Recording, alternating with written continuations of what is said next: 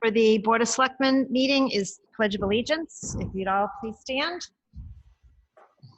I pledge allegiance to the flag To the flag of the United States of America, to the republic, to the republic one nation, under God, one nation, indivisible, with liberty and justice for all. Welcome, everyone. Thank you for tuning in to the Board of Selectmen meeting. This is our financial meeting, and the date is April 1, 2020, starting a little after 7:30 p.m. I'm at the Senior Center at 7 Waverly Avenue in Portland. The rest of the board is Zooming in, as well as the public. And if there's any questions, you can, I think, put your control at chat, and Kevin Armstrong will be able to read any comments you may have at the time of public comment, which will be item 6 and also item 15 on our agenda tonight. This is not a public hearing. This is a regularly scheduled meeting. And as such, we have a number of items on our agenda. And I'll take a roll call. We have Ralph Zampano and Lou Pear. Here. Oh, here. Sorry, I didn't say. Rick Shar. Here. Mike Hernandez. Present. Jim Tripp. Present. And we may be joined in a bit by Mike Pelton. And if you see that his name comes up, please let us know, because Laura Sienna is also on, and she's our recording secretary tonight. Mm-hmm. This broadcast is also going to be available on YouTube, and also we will be recording it through Zoom per the requirements of the state of Connecticut. As you know, we are here because of the coronavirus, and there's only 3 of us in the room: Dave Kosminski, Kevin Armstrong, and myself. As the selectmen, as I said, are here remotely. So thank you, everyone. The next item is to approve the agenda. Is there a motion to approve? So moved. Moved Second. by, if you could, when you make your motion, identify yourself, that would be helpful. Sure. Jim Tripp, so moved. Seconded by Ralph. Thank you. All in favor? Aye. Aye. Any opposed? Any abstentions? Motion carries. The next item is approval of minutes for the regularly scheduled March 18, 2020 Board of Selectmen meeting. Is there a motion to approve? Sure. So moved. Jim Tripp. Second? Second, Rick Shar. Thank you, Rick. Any changes, errors, or omissions? There being none, I'll call for the vote. All in favor? Aye. Aye. Aye. Any opposed? Any abstentions? Motion carries. The next item for approval of minutes is the budget workshop from March 18, 2020. Is there a motion to approve? Sure. Jim Tripp, so moved. Second? Seconded by, oh, Either or. Rick and Ralph both spoke at once. Okay. I think I saw Rick go first. So Rick Shar seconded. Any changes, errors, or omissions? There being none, I'll call for the vote. All in favor? Aye. Aye. Any opposed? Any abstentions? Motion carries. Thank you. I don't have anything under communications or correspondence except to let you know that there is a newsletter that the town has produced, and it is available on our website, available by request, by email, and also we placed copies at Adams Market and also at the transfer station. The reason for doing a newsletter is to get information out to our public that may not be using the computers, and also because there is no River East last Friday and there is none planned for this Friday. So a lot of our announcements and information are there.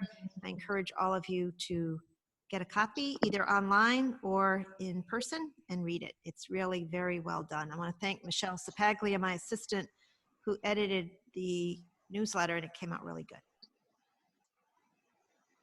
The other item I wanted to point out through communications, thanks Dave, Dave reminded me, is that we are doing weekly podcasts. And last week we had a podcast, I think almost 600 people were able to access it. And again, it had valuable information from our Director of Public Health, Russell Melmed, on the coronavirus. And we also had a lot of information from Bob Shea. He shared quite a bit of information from Public Works and also the fire department. I was also there, and I thought it was a great venue. Thank you, Dave, for helping us with that. We're using the podcast studio at Portland High School. It's something that Youth Services uses frequently as well. And once you subscribe, I think you'll be able to know that these podcasts are posted. God bless you. They're also being aired on Comcast on, Dave, what days are they on? Tuesdays at 9 a.m. and Tuesday at 4 p.m. And that's for folks that, again, aren't using a computer, but if they have Comcast, they can see it on the public access station. So we're trying very hard to get communications to our residents, both online as well as in hard copy and also television. If you have any questions, I encourage you to email me or other members of the board so that we can give you any information that you need. We'll move on to item 6, public comment. Kevin, do we have any public comment at this point? Not at this time. Okay. As I mentioned, there is opportunity later in the agenda. The next item is item 7, and we're going to be talking about the budget process. As I think we are aware, the governor has told us through an executive order that we will not be having a town meeting and we will not be having a referendum due to the coronavirus pandemic. So we need to have a different process this time. So far, in terms of what we have in our charter, we've had a public hearing, and we held that through Zoom, and the selectmen were able to listen to presentations, both from general government and Dr. O'Reilly and Chairwoman Peters gave information on the Board of Education. And then I thought we had a very good discussion through comments made by the public. I've also received additional comments by email into my office, and Michelle Sapaglia is collecting those. And I've been copying all of the selectmen when I receive a comment that perhaps you aren't already copied on. So I encourage our listeners as well as others to please send us your comments on the 2020-2021 budget that is proposed.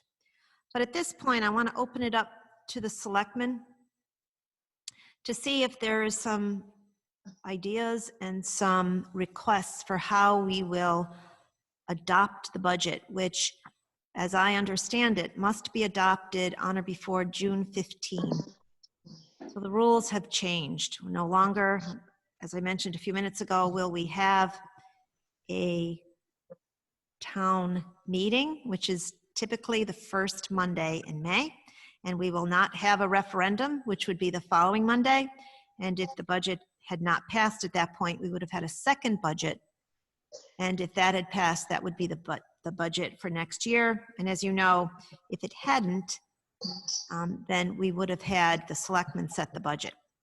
At this point, the 7 selectmen will be setting the budget per executive order of the governor. So I know selectmen have expressed at other meetings the interest, desire, the requirement that we all feel that we get input from our citizens so that when we do take the vote and we do pass a budget, it's in keeping with what our residents want. So I'm going to open it up to our selectmen. And I think in terms of order, is there a raise hand option, Kevin? There is. So if you want to click on raise hand, Kevin will announce your name. Do we have someone? I think I see Lou Pear trying to raise his hand. I'm trying to find my hand, but I guess my hand must have been raised. Okay. Yeah, I think it's important that we give the budget process the amount of time necessary. We do have a considerable amount of time before we do need to vote on the budget. I think it gives the public more time to weigh in on the budget, and the feedback that we get from the public will be very valuable to the 7 of us who are going to eventually make the decision on what the budget will be. So I think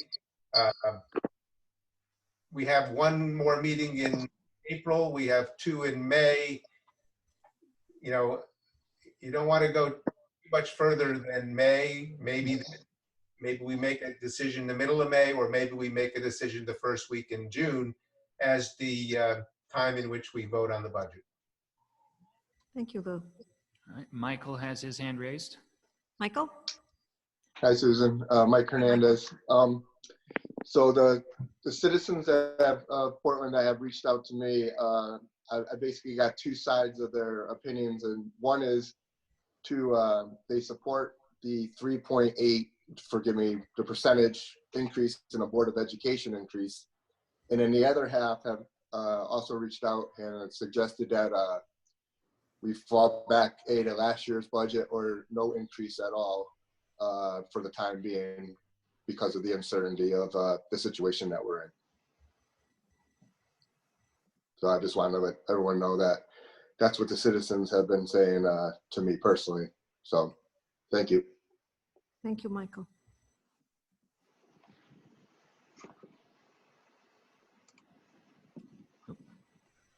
Jim or Ralph? Jim, go Ralph? ahead. Age before beauty, Ralph.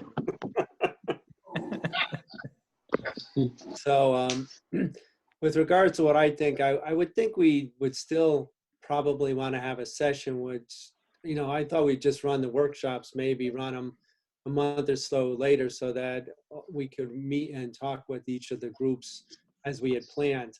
I think the main focus I would think about the second half is, you know, typically we'd only have one final public hearing, and maybe we have to just have multiple opportunities for individuals to speak. I mean, I think it's probably going to be in this format, so having everyone at one may be a challenge. So I don't know. So, you know, having multiple ones may make it easier for us to make sure we get enough adequate feedback from the community. Because yes, just like Michael has heard, that's exactly what I've heard. It's the 2 extremes. So we need to like to hear more feedback from the public. Well, I will remind us that if you're going to have public hearings, you have to set the public hearings. You have to take a vote on that, and then it must be in a newspaper. I think we do have an exception by executive order that it be on our website. So we are able to do that, which makes it a little bit easier. However, it has to be 7 days before the public hearing to give people adequate time and notice. Mhm. So we'll get back to that after we hear from everybody. Jim? Yeah, well, I would think that would be farther out. We would be doing any discussions with the departments first anyway, so it would be farther out. We probably just want to set our calendar with a plan of when we want to do things. Right. Thank you. Jim? Yeah, similar commentary. I think it's nice to have the grace of a little bit of extra time. It gives, you know, the public time to weigh in a little bit more, especially where we're going to be in a slightly different process, well, a very different process than we have been in the past. But also, it's going to give us a little time to see how things unfold, right, and what things look like. How things look in the middle of May is obviously, hopefully, going to be very different than they look now. So, I like the idea of having a little bit more time and getting a little bit more public input, given the process we have to follow. Susan, I guess I'm next. Yeah.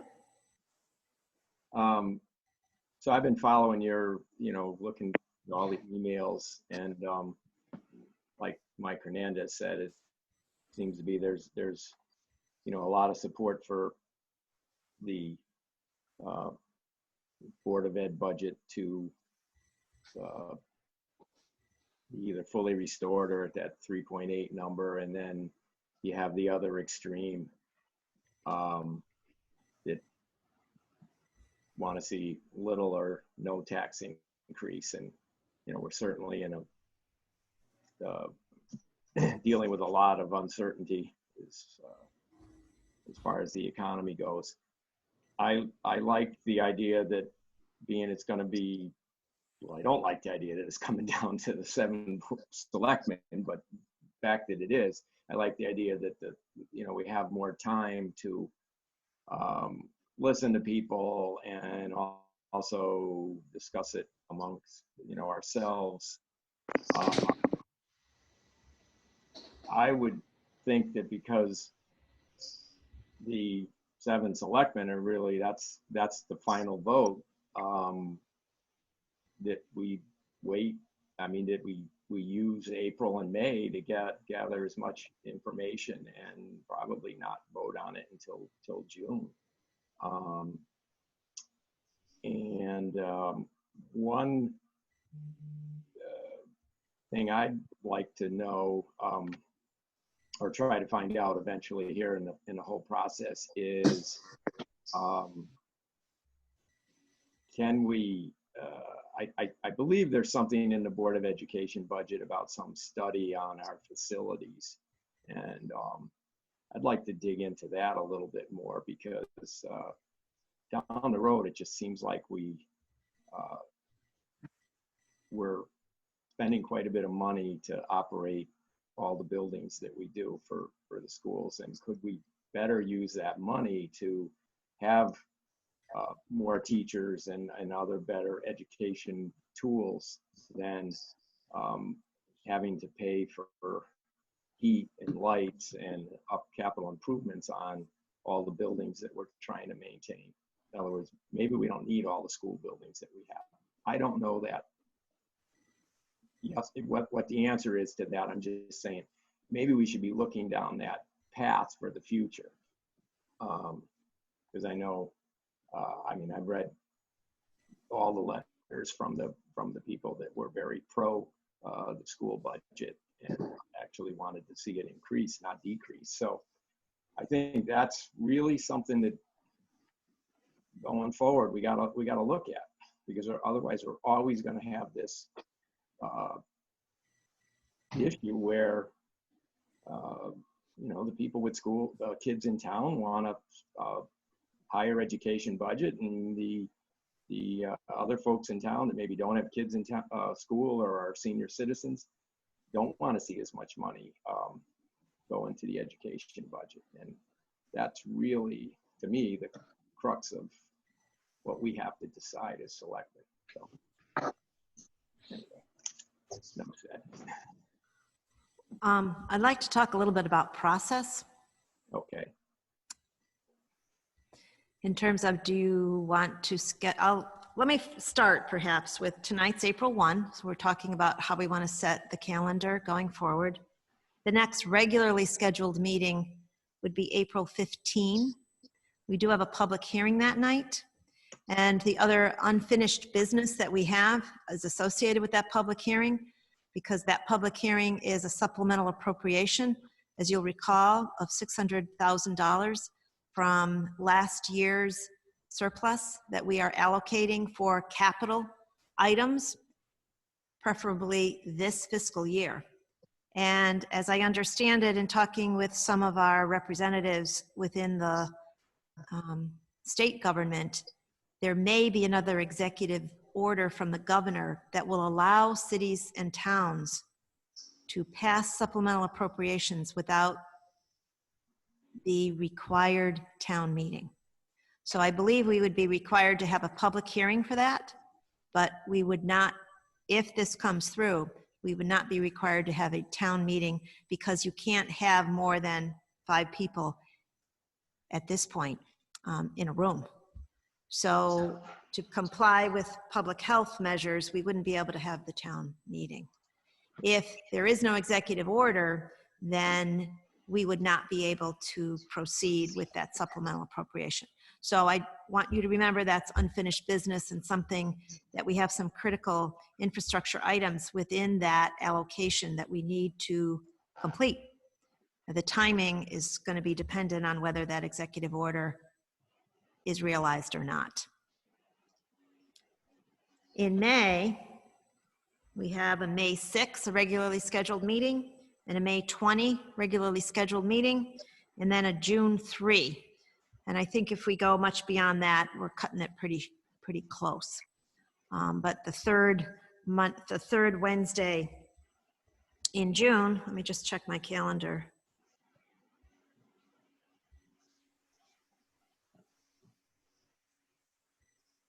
Let's see, in June would be 17. So that would be the regularly scheduled meeting, which would exceed that date of the 15th of June. We have to get bills ready to send out for the July 1, the July 1 billing, and also certainly the departments, Board of Education, Public Works, and Police, all those departments have to do some planning. So we don't want to go too far into June. Now, that's not to say you can't schedule special meetings. That's always your prerogative to do that, where you could just have a public hearing, no other business associated. But I do need to know how many public hearings you'd like to have, if you want them to be formal, how many days that you feel you will need to do some deliberations as a body, as the Board of Selectmen, to determine your agreement as to what that budget will be. We typically have at least 2 days of deliberations. Tonight would have been a deliberative night, as would have last night if we were following the old schedule. There's the opportunity for you to go through the general budget, the capital budget, as well as determine what your feeling is for the allocation of the Board of Education. So with those dates in mind, I'll open it up for further discussion from the board. Well, Susan, maybe it's best that we kind of work backwards. I think what you're saying, that we should vote on the town budget no later than our June 3rd meeting. Is that kind of what you're implying? Yes. I mean, the charter says we have to set a budget by May 31. The governor has given us an extension, and if I'm recalling correctly, and I will certainly double check that with our town attorney, but there is a month post May 15 that has been stated by an executive order. I don't know which one. So that would bring you, I believe, to June 15. If you wanted to keep in somewhat semblance of what we've done in the past, you would have something done by May 31. So that's pretty close. Well, I suppose we could have another meeting in May if you wanted. you But could. you indicated you need a certain amount of time to get the paperwork, so to speak, done between the Board of Ed and the town, and get the Planning, yeah. So I guess, there's from May 20, you have that last week in May. I can look at. I think it'll be the 27th, right? Yeah, I think that's it. Yeah, that would be a Wednesday, right, Jim? Yep. Um, We could set May 27th as the vote night if you wanted, right? Well, don't forget that whatever you deliberate and determine Mhm. should be prior to that, because what Right. we need to do in the finance and for Selectmen's office is, once you tell us what you want changed, then we go back, make those changes, and then we present you with that budget. And then you take a formal vote. In case there was any problem, mistake, oversight, it gives you that opportunity to deliberate, determine what your bottom line is, as well as your specific reductions and or additions. And then it gives us the opportunity, usually a week, so that we can make sure everything is done. And then you would get the budget book that you would look at, and that's what you would adopt. That's what I would anticipate. At least the summary of the budget, if not the entire budget. Susan, make do you have a sense? schedule? Michael? Susan, do you have a schedule in mind that we Well, can kind of? I think you might want to take your final deliberation, Michael, on or before the 20th, and then maybe your final adoption when the budget has been written and you're certain that those numbers are working. Maybe that 27th date could be just, you come in, you double check your numbers, and that could be your adoption date. Okay. It's not unlike last year when we finished the budget on or about that date. And then we were able to put everything together. In that case, it was the voters that determined the budget. And then we went back, put all the pieces together and put out the final product. So working back from that, then we'd be doing deliberations on, I guess, 20th, 6th. Or you could do like we were going to do this month, which was meet on the Tuesday. I don't know how Tuesdays work for your schedule, but if you met on May 19 and May 20, that would give you some opportunity to deliberate 2 nights in a row. That's what you've Yeah. done in the past. Yeah, that's, I mean, that's fine with me. Is a Tuesday bad for anyone's schedule at this point?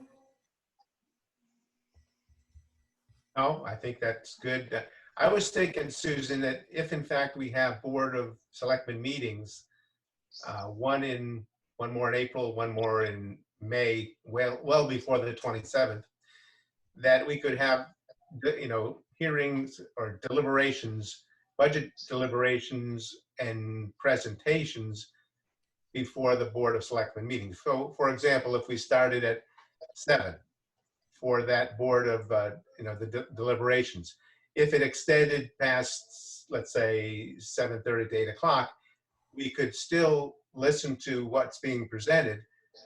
But then after that, we could, convene our regular Board of Selectmen meeting. And then we wouldn't have to do this an additional night. I just think that we're looking for 2 nights, and I think the 2 nights that might work well would be the 2 nights that we already have a Board of Selectmen meeting. Okay. Just an idea. No, that's fine. That would be May 6 and May 20. We could do that. Well, I think we Oh, could sorry. April one next. Oh, no, you're right. April 15th, we're busy. Right. So you're right. The 2 in May. And then we How long still, do deliberations take typically? well, probably anywhere from a half an hour to 40 to an hour, just like we Okay. had the other night when Tom gave us explanation about certain accounts. And then there's not that many accounts that we haven't gone over yet, but Tom would probably go over those. And then I think there's one night that Bob Shea would go over the Public Works accounts, and maybe there would be 1 or 2 other people that would give presentations. So I think we could do it on those evenings. I'm okay with the Tuesday night as well. It's whatever is best for everybody. I just think that Dave and Kevin have to set up another, do it that way. Okay. I mean, I don't know how much, this is the most important part of our business. I don't know how much else, Lou, there would be for the general meeting on the 6th and on the 20th. I would try to keep those agendas light. Right. We may also have to schedule any additional discussion you want to have on the supplemental appropriation. So you're really talking about April 15, May 6, May 20. So April 15, I think we need to talk about the supplemental appropriation, because that's the evening you'll have the public hearing on that topic. So depending on whether that executive order occurs, you could conceivably take action that night if it's noticed properly. Okay. And then it would leave May 6 and May 20 to be the 2 evenings that you would work on the general budget for 2020, 2021. So your budget adoption date could be, the formal would then be May 27. And we could notice May 6 and May 20, those evenings with public hearings at 7.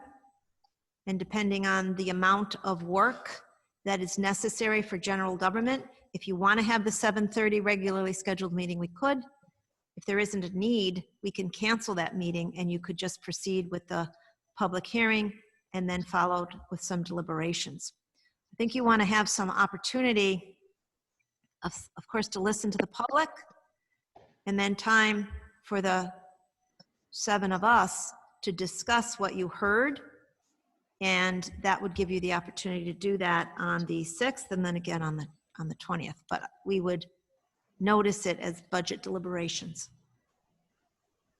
So I have a question then. Where would we have, obviously, I think the biggest discussion we may have may be related to Board of Ed. So where are we going to have the superintendent come in and whoever would speak on behalf of the Board of Ed to speak to us? Because normally we'd have the workshop. So what are we doing with those workshops where we would have met with the individual groups? Is that in the schedule and I'm missing it, or? You don't have a schedule. That's what we're talking about. No, I'm saying, is that in the schedule, what we were just talking about, those set of dates? Well, let me go back to what our schedule had been, which was the sheet for March 24th. We did not have, as I think one of you had pointed out a few minutes ago, we did not talk about Board of Education in terms of a workshop among us, Public Works Department and related funds, grounds, Parks and Recreation, and long-range capital. So those are items that would be discussed by you, as well as the Board of Education would be there for that night. We already had the workshop on the 18th for general government, finance, debt, fringe benefits, insurance, transfers, and the library. So do you mean that, oh, sorry. Go ahead. Do Sorry. you mean when we have that meeting like on May 6th, and we said budget work, does that mean we could have the Board of Ed on May 6th and talk to them? Is that what it intended? Yes. Okay, I just misinterpreted. Okay. I got it. I think so. Well, I mean, it's up to you how you'd like to fashion that. But I thought I heard you wanted to also have maybe some opportunity for the public. Again. Yes. I mean, I think we're all kind of in agreement that we need to have a few, some additional opportunities for the public to speak. So, Ralph, I'm concerned that, and Susan, that if we start on May 6th with a public hearing at 7, and that we could get a lot of comment based on the emails that I've been seeing. So are we going to have enough time in that night? No. I think we might be packing too much in to hear. I wouldn't be surprised if there's a lot of public comment. I mean, even if it's people, writing in and you're reading their letters. So I'm just. You can have another date in April. Yeah, I think that's kind of what I thought. Yes, but Ralph, Well, that's with some of the questions, we might have for the Board of Ed, and April 27 would be open. I think that's one of the reasons. Hearing. I'm sorry. No, I think that's one of the reasons I like the idea of the 19th and the 20th is it gives you kind of a very focused discussion on deliberations, and that would let us focus on the 6th. And earlier in the month, we're trying to do, if we were going to do hearings, if we're going to have to add a date, I like the idea of having the deliberations in a more focused setting rather than start them and then 2 weeks later continue them. well, And that would allow us, that would free up the 6th if we wanted to do something with, hearings and anticipating that being a little bit longer time to either hear from the public or workshops or how we want to use that. Jim, I like the idea of maybe having a meeting like the end of April, like the 29th. I'm fine with that too. I'm open. I'm very open. I don't. What I'm thinking, Rick, is the same thing maybe, is April 27, we could have the workshop that we did not have. Yeah, there you go. Which would be, and I'll repeat that, Board of Education, Public Works Department and funds related to that, grounds maintenance division, Parks and Recreation, and long-range capital. So you would be able to have that workshop where you would get information from all those departments I just talked about. Right, then we have a week to digest it Yep. a little And bit then on before we the, meet again. then on the 6th, you could publicize that if you wish. You're not required to, but I would highly recommend it, to have a public hearing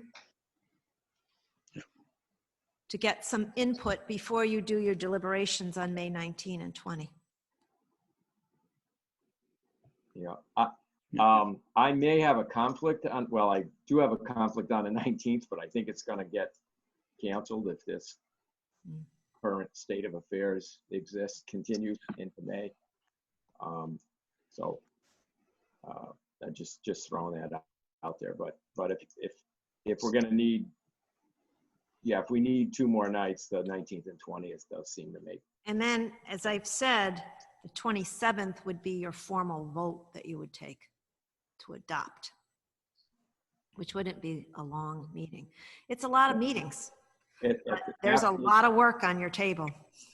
After the 27th, though, then You're it's done. right? I mean, other than The budget will be adopted. Right. Budget will be done. well, if for some reason we get bogged down, we still have the June 3rd to Yeah. finish. If we got a little bit of a fallback if we need it. Hopefully we don't. Good point, Rick. Good point. I'm Does okay. anybody want to make a motion? Or you're not ready yet? Oh, I don't mind. Go ahead, Jim. You're the motion guy. I don't, I guess I would make a motion that we follow, I don't know how, you want me to list all the dates? I have them all written down, but basically follow the, establish a process that would allow for the workshops for Board of E, Public Works, Grounds, Park and Rec, and Long Range Capital on 4/27, April 27th, yep. and establish a public hearing to give the public a chance to speak on the budget again on May 6th. What Establish May 19th and May 20th as our days for budget deliberations with a scheduled vote for budget adoption on May 27th. Second. Did Laura have any questions on that? Laura, our recording secretary? Hi, Kevin unmuted me. So the motion is then to hold the following meetings: budget workshop on April 27th, public hearing on May 6th, budget deliberations on May 19th and 20th, and a vote to adopt the budget on May 27th. That is correct. Okay, thank you. Thank you. Thank you, Laura. So the motion's been made by Jim, seconded by Ralph. I'll open it up for discussion. We're gonna still have our supplemental appropriations on the 15th of April? Yes.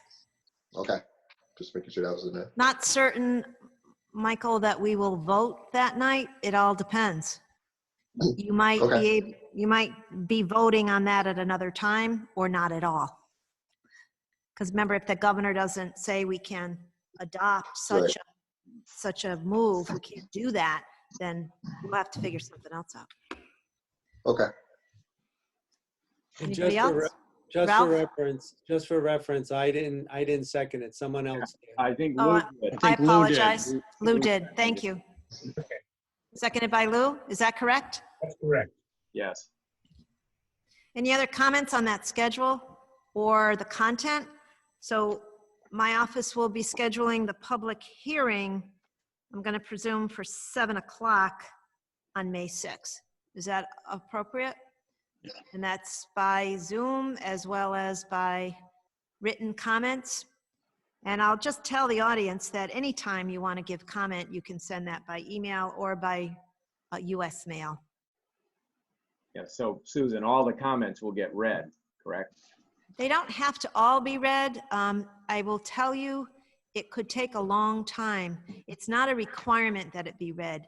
What's traditional is that we have done that in the past, but if you get 50 or 60 comments, it's up to the board whether you want each and every one read or whether, well. Well, will we get to see them? we usually get. You're already seeing ones that have come in Yeah, since our yeah. last meeting. I've been copying you. Are Right. you getting those? Yes. Okay. Yep. Yes, I think what we would do, Rick, is Michelle has started a packet of the comments. So I would bring the packet and give each of you a packet, hopefully ahead of time, and then we would add to that evening when people would be able to Zoom in. It's a little different because those people that don't have computers would have to have sent in information to us already in some way. But it's the best we can do under these circumstances. Yeah. When they would comment, Rick, the night of the meeting, we would definitely read all of those aloud because that's the first time you'd be seeing them. It would be as if that person was at the podium, Okay. as opposed to the written comments, which you will have had ahead of time that you can read. And we can choose to read them all, or you can choose to read the names and a gist of the comments. There's different ways that you can do that, but that's up to the board and how they want to proceed. Remember, the decision-making this year, which is terribly unique and frankly, quite a burden, I think, in terms of such a change. And we take that very seriously. So the 7 of us have to make this decision based on the input that we've received. And you want to be able to take time to really contemplate and think about the comments from our residents. Right. That's why I wanted to make sure that we got to see them all. And Yes. as long as we're going to have them ahead of time, that's fine with me. Yeah. Any further discussion? There being none, I'll call for the vote on this schedule. All in favor? Aye. Aye. Any opposed? Any abstentions? Motion carries unanimously. Thank you. The next item is item number 8, the tax suspense list. And the list is something that Nancy DiGirolamo, our collector of revenue, gives to us every year. And it's delinquent amounts that she deems uncollectible, but can be collected at any time, but it gives a better analysis of what is expected to come in. And those would be transferred to what's called the municipal suspense tax book. And you've received this previous to the meeting. Are there any questions? I'll point out that these are accounts that include Grand List personal property from 2013, Grand List motor vehicle supplemental 2013, 2014 Grand List personal property, Grand List 2014 motor vehicle, the same for 2015 Grand List personal property motor vehicle and motor vehicle supplemental, 2016 Grand List personal property, 2016 Grand List motor vehicle, and 2016 Grand List motor vehicle supplemental. For all those years, it's a total of $11,319.45. And you'll note that none of that is for real estate. It's all either motor vehicle or personal property. Is there a motion to approve the municipal suspense list as presented by our collector of revenue? So move. Second. So the motion was made by Ralph? Lou. Lou. Lou, I'm sorry, I have trouble with your voices. I'll say my name next time. And it was seconded by Rick. Rick. Thank you, Rick. Any discussion? All in favor? Aye. Aye. Any opposed? Any abstentions? Motion carries. The next item, 9, is a resolution for transfer of funds authorization. It was written as fund transfer for the sewer division capital, but I changed the resolution a little bit so that I could explain it a little clearer to the board. What we're asking for is a transfer of funds authorization. So within the sewer department capital, there are monies within the UV disinfection system that we want to spend within, let's see, to upgrade lab equipment. So it's money that had been allocated, voted on previously to be spent on sewer department capital. But there were some residual dollars from one project that we want to move to another project. So it's not that you're allocating any new fund, any new money, but rather just we want to notify you that we would like to transfer $14,683 to update lab equipment because there were residual dollars in the project called upgrading of the ultraviolet disinfection system. If you'd like, I'll read the resolution. Whereas the sewer department must adhere to numerous compliance and environmental regulations related to testing, and whereas needs do exist to update lab equipment to be able to perform daily environmental and regulatory testing, and whereas upgrades have been made to the ultraviolet UV disinfection system, and $14,683 remains unspent from that project within the line item that's listed there, 8-141-000-89110, Sewer Department Capital Upgrade UV Disinfection System. And whereas the Sewer Department is requesting that the $14,683 be moved within the same line item that I just read, 08141-000-89110, to the project entitled Update Lab Equipment, it's therefore resolved that the Board of Selectmen of the Town of Portland hereby approves this transfer of the $14,683 to update lab equipment from the upgrading of the UV disinfection system within that same account. Is there a motion to approve? So moved. Second by Ralph. Thank you. Motion made by Jim, seconded by Ralph. Discussion? Questions? All in favor? Aye. Aye. Any opposed? Any abstentions? Thank you. Motion carries unanimously.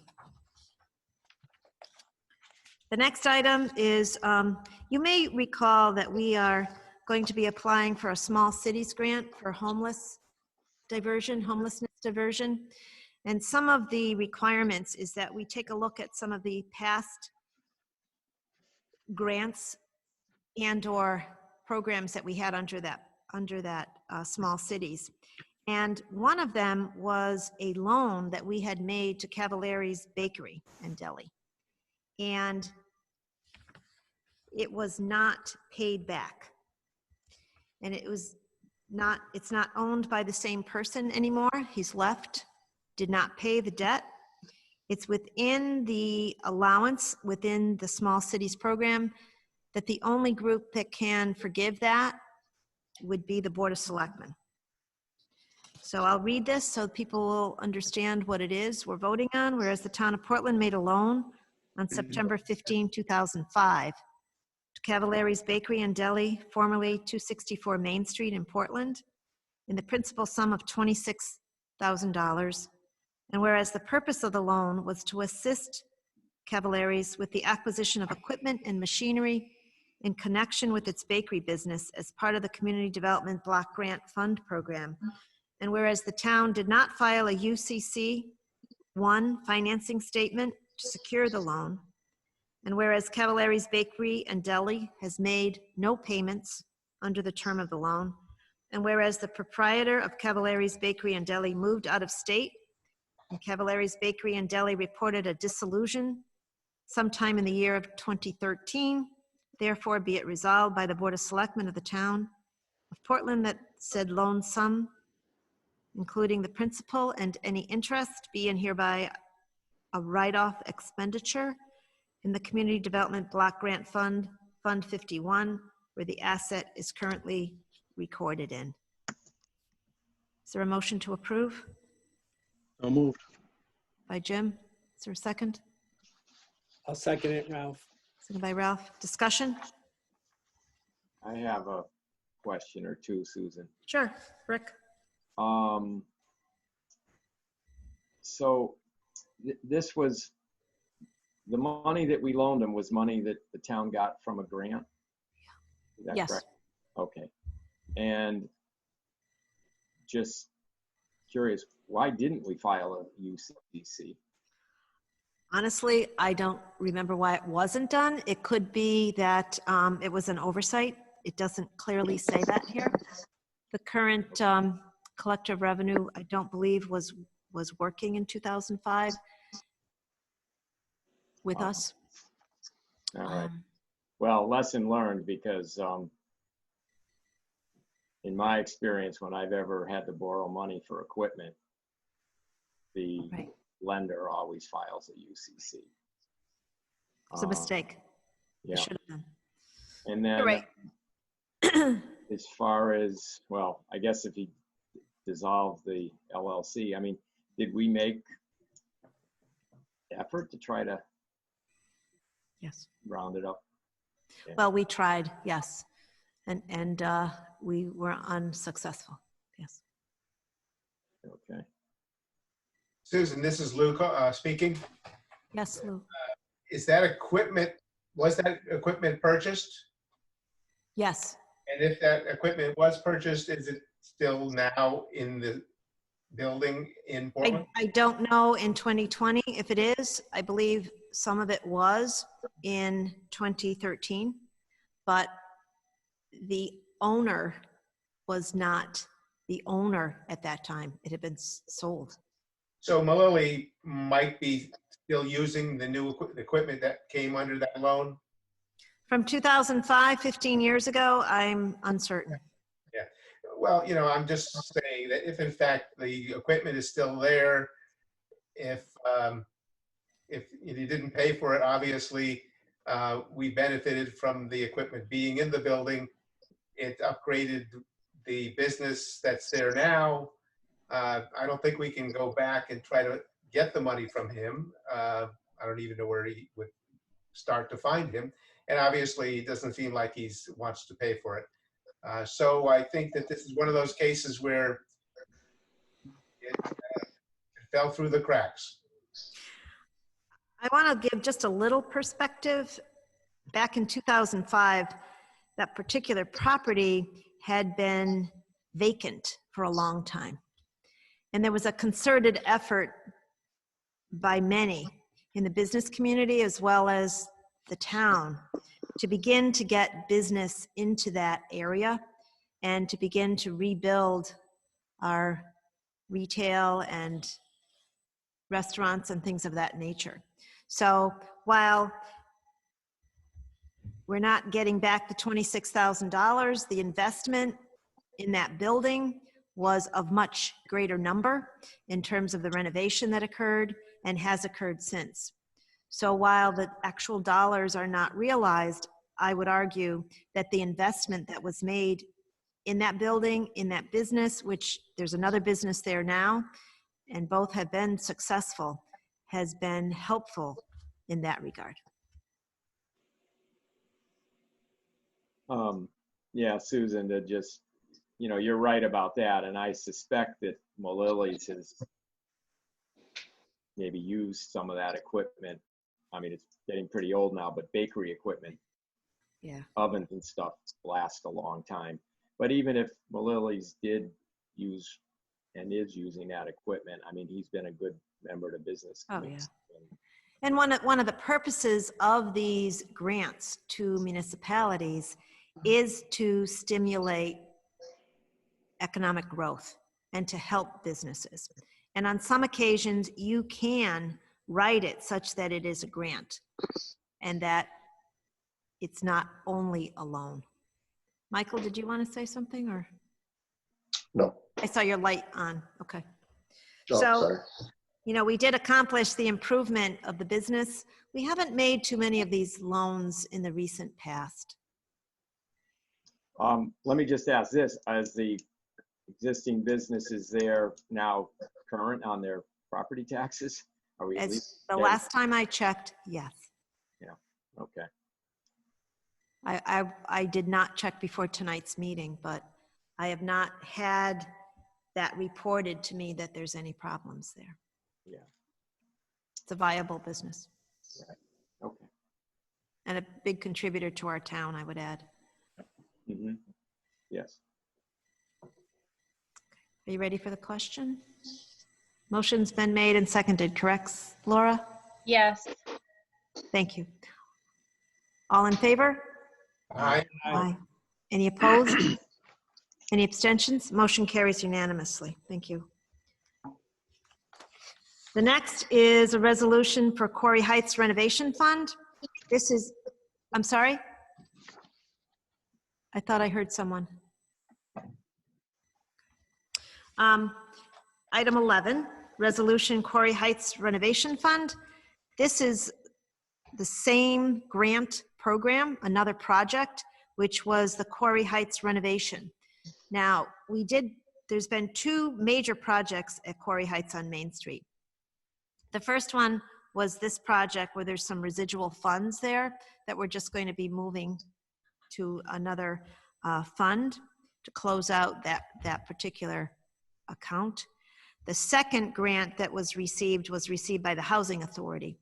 This one that you're acting on tonight was to put in a new fire alarm system and also to do some roof, I believe, and some other improvements to that facility. And what happened was the town applied for the money.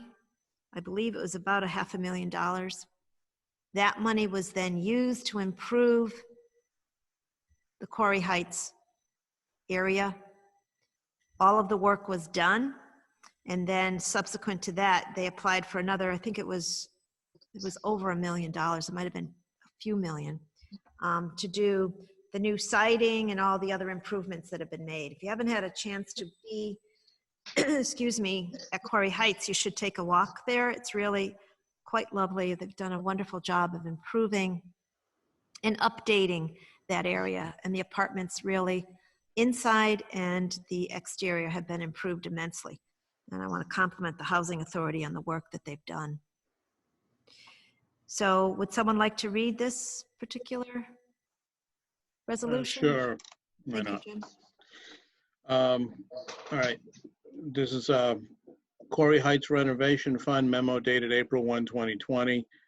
Whereas the Quarry Heights renovation project activity was recorded to fund number 31 on the financial system, and whereas the project was completed during fiscal year 2014 and has only accumulated interest on cash on hand since, and whereas there remains $2,251.94 plus any additional earned interest in fund number 31, and those funds should be transferred to the Community Development Block Grant Fund number 51. And whereas the Community Development Block Grant Fund number 51 had originally transferred funds into this project, and so therefore any remaining funds should be returned to fund number 51.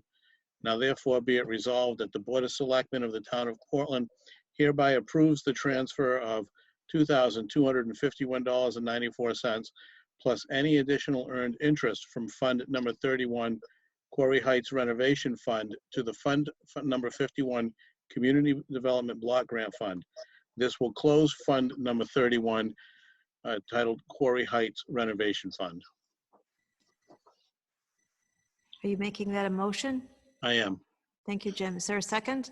I'll second it, Lou Pear. Thank you, Lou. Discussion? There being none, all in favor? Aye. Any opposed? Any abstentions? Motion carries. The next item is appointments to boards and commissions.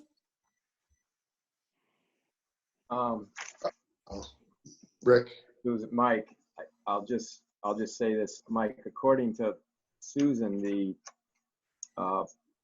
person the Republican Town Committee had for the Ethics Commission appointment was already presented. Was that correct, Susan? That's what I'm recalling. Stacy Yes. Benham? Do you have the name? Yes, the name is Stacy Benham, E-E-N-H-A-M. I think that was a couple meetings ago, right? Yes. I think Michael Pelton made that motion. All right, well, there was, well, okay, well, there was a little confusion at our town committee meeting because, I don't know, Michael He was appointed. he Do you wasn't remember that, think- Michael? nominated, and I wasn't at the March 4th meeting, so It I was don't think actually it- the meeting, because you and I normally talk about these, Rick. Right, And it was at the meeting that you weren't at that he made the motion. okay. So for Mike I Hernandez, just don't, we're all set. Oh, go ahead. yeah, I just don't think anything ever came across Ryan Curley's desk yet, because he brought it up that he's never even seen it yet. It The could be appointment. that we need And I thought to, he said he checked, I'm sorry, I think he checked the minutes too, and he didn't see it in the minutes, but we can go back to that. March 3rd, I believe it was, the Okay. minutes. Or fourth, let me look at. Yeah, I know 'cause I I- remember getting, I it remember the doesn't, motion. there's no harm in making it again, Rick, just in case there was an error, if you'd like to make the motion. Okay, fine then. I'd like to nominate Stacy M. Benham, Benham, to one of the open seats on the Ethics Commission. I'll second it.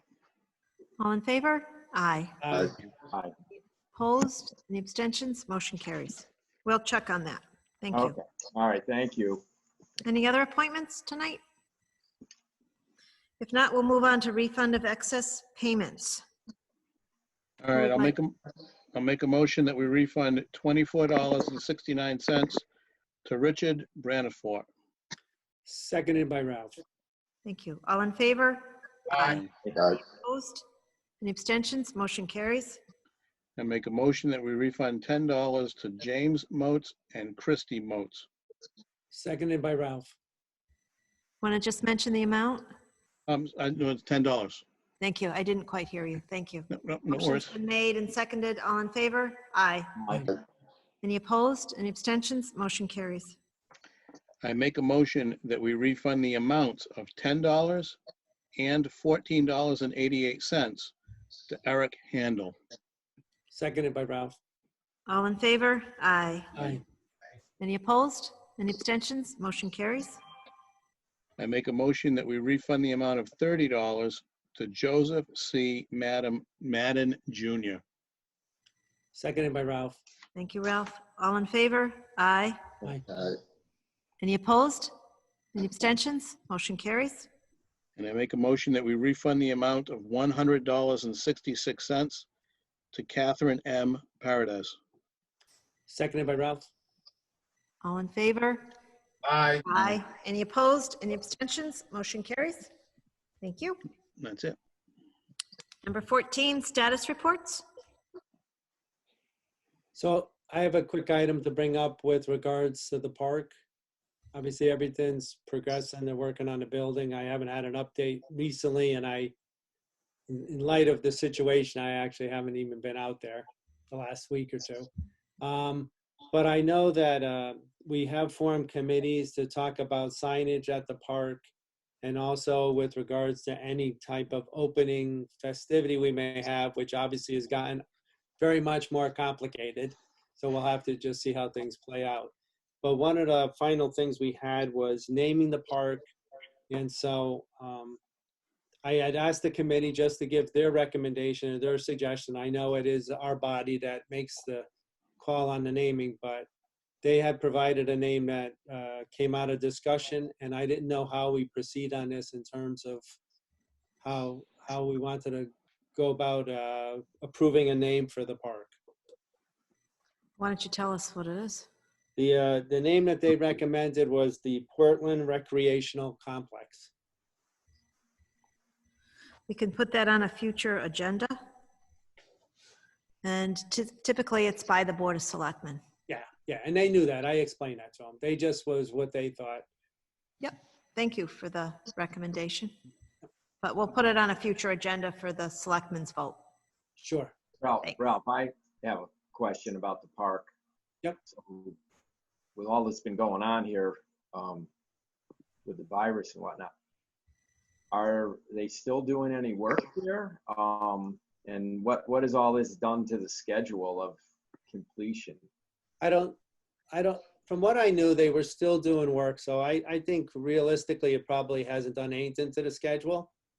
The only concern I'm starting to get is if they were to start up the splash pad and, this month, later on this month, once everything's set up, one of the things you want to do is make sure you run people through it and make sure it's all tested. And obviously at this point, having dealt with this stuff for 2 weeks now, I do get a little nervous about how we're going to make sure that we run it through its paces to make sure that it's working adequately in case some strange things occur with regards to us heading into the summer and not being able to really use those type of facilities. So that's the only thing. Everything else is pretty well set. I know that the fifth change order, which really covers the last piece of work, which was the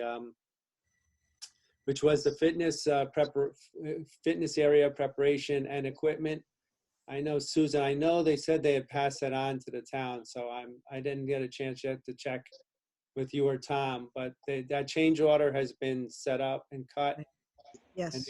And they've also presented, I know that they worked on a list of all the items that may still be considered incomplete. It's a small list, but there is a list nonetheless of the things that are considered to be incomplete at this point. So that it's in good shape. It's just obviously we had all these big hopes about having this grand opening, and we talked about May, maybe last week of May, first week of June, and wow, wouldn't have predicted this one. So who knows where that goes? Yeah.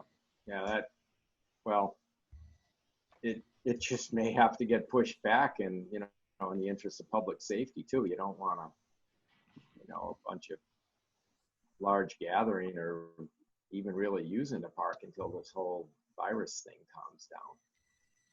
And the only thing that comes into play is whether, once they give us over the park, then the clock starts ticking. So I worry about warranty items. So obviously we'll have more discussions about it, but that's my thought. Yeah, thank you. Any other status reports? Susan, I have one question about the Aragoni Bridge rehabilitation project going on. Yep. I don't know who can answer this question, but in regards to safety during this project, are we going to be using those traffic lane lights going back and forth over the bridge? Do you know if they're going to plan on using those? That's my understanding, Michael.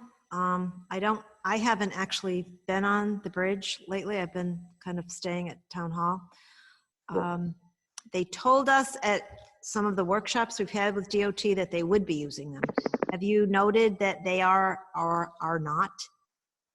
As I was coming over the bridge today, and as my mind was thinking, like coming across from Middletown into Portland, and the two, the eastbound lanes are now one way each. Right. And I was just thinking of, say, for instance, someone from Portland originally is coming back to visit family, and they don't realize that it's divided up that way, and they come across that turn and plan on going to that second lane eastbound. Mm-hmm. It could be a head-on collision. Yeah. And the added precaution with those lights being up, they would notice like, oh, there's a big X in that lane. I should get over fast. I will check into that. Okay, they weren't lit, and I was just wondering if they were planning on. Yeah, they are supposed to be using them, and that's a good point. I'll find out, let you know. Okay, thank you. Hey, Susan, I had one other comment. Yes. I just figured I'd let the board know that I've been sitting in, so the school administration has been having daily meetings at 9 o'clock to talk about progress with everything that's going on with their distance learning. So since they began those, I have been participating in those and sitting in on them, just so I can make sure that I could convey anything critical back to Susan if there's something that has to be acted on. So I must say they've done a really good job. And when things have come up, they've had some challenges, which you would expect.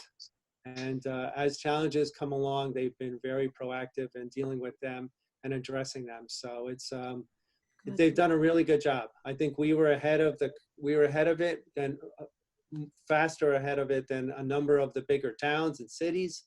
And so they've been progressing well. And as things come along, they discuss them and they address them. So it's been actually a good learning experience for me as well. So it's been really good.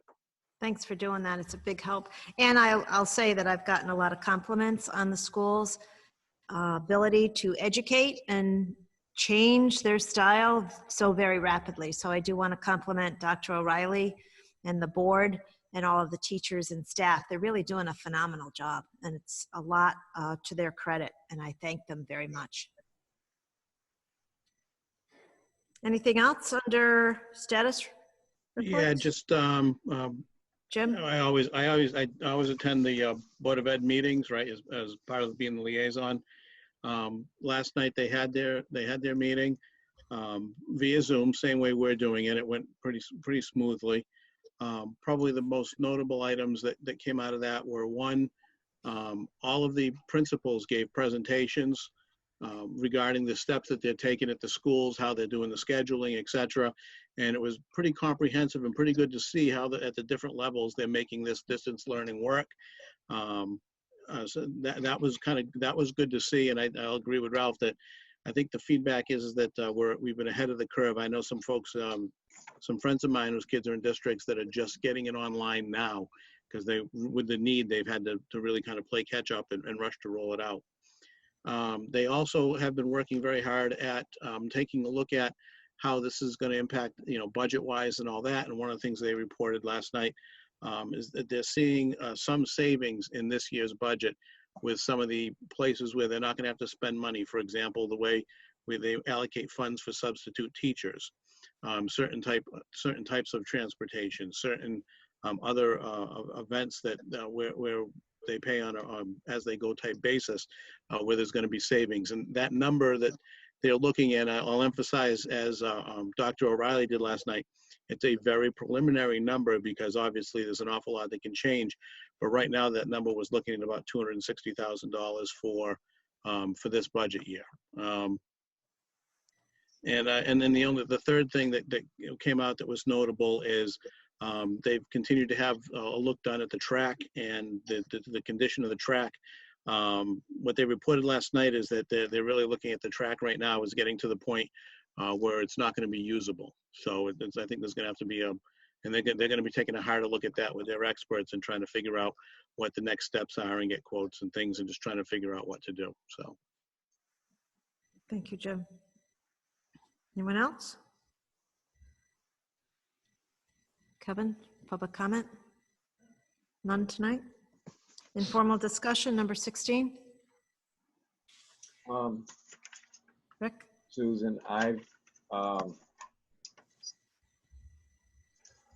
heard some, mostly from Dave Murphy. There's still concern about the whole dog park.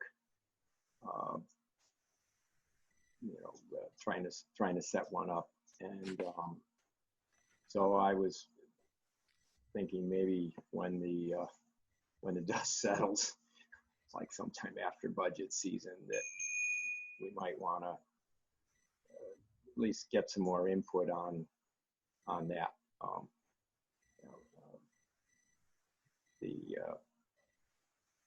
There seems to be a group of people out there that are interested in it. The night of that public meeting, the last time we met, there was a person that submitted public comment that's interested in looking at a volunteer group that maybe would, I think, take a look at how they could fundraise or perhaps approach it on a different way than just having the town pay for it. So Right. I just, in light of the coronavirus, I haven't had any opportunity to follow up on that. And, our meetings are limited. They would only be by telephone. So that is something that we certainly can continue with. And I would start with that person that had contacted us during that meeting. That makes sense. I'm just pointing out, it's still out there. It's still something that, maybe down the road, there needs to be some more discussion on. Certainly, we'll keep it on the agenda. We all said our piece the last meeting, and I don't think we should be very conservative how we're spending money right now. And just on a kind of a fun note, because of social distancing, some time on my hands, I've had the opportunity. I went out on the Connecticut River 3 times last week and been checking out the shoreline, Lou. I did the south end of town on Saturday.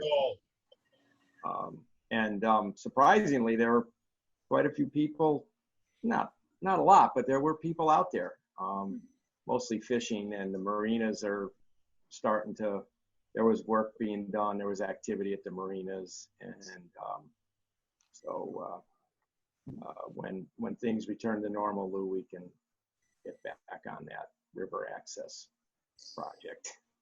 Sounds good. Okay. Susan, I had one thing to share. Sure. Okay, and this is a meeting that Susan and actually a conference call with Susan and myself and Andy Bauer. And we talked a little bit more about solar farms that were a potential within the town. DEEP is supporting and encourages towns to build solar farms on either brownfields or landfills rather than farm property, obviously.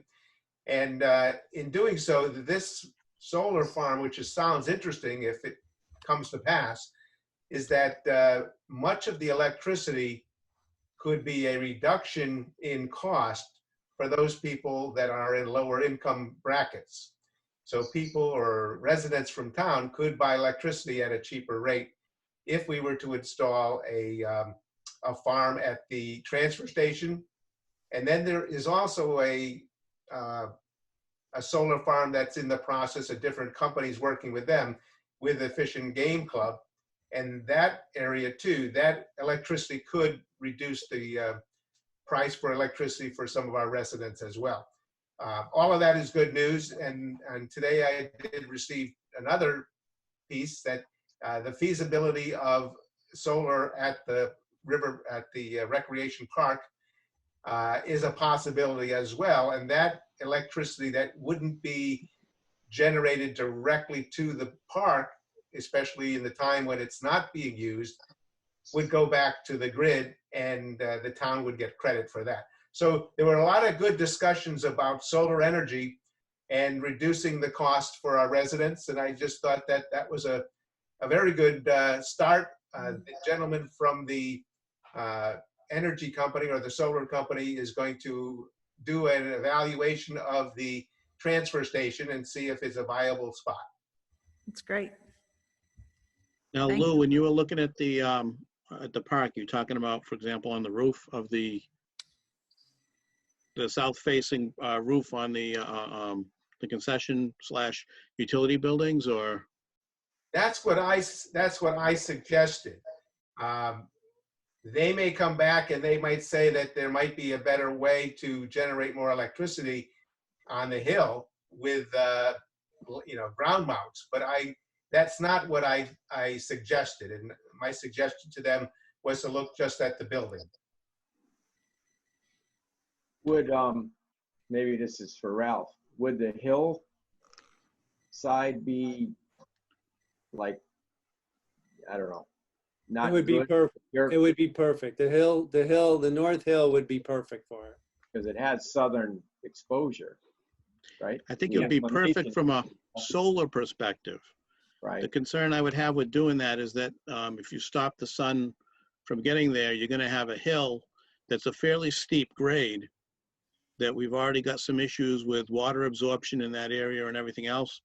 And I don't know how the grass would grow underneath those mounts. We'd have to really look at that and see. But if you've got a whole series of panels that are going to block the sun from that, you'd almost want to have some stone or something. We'd have to make sure that it's not going to have any issues with that hill being Yeah. stabilized.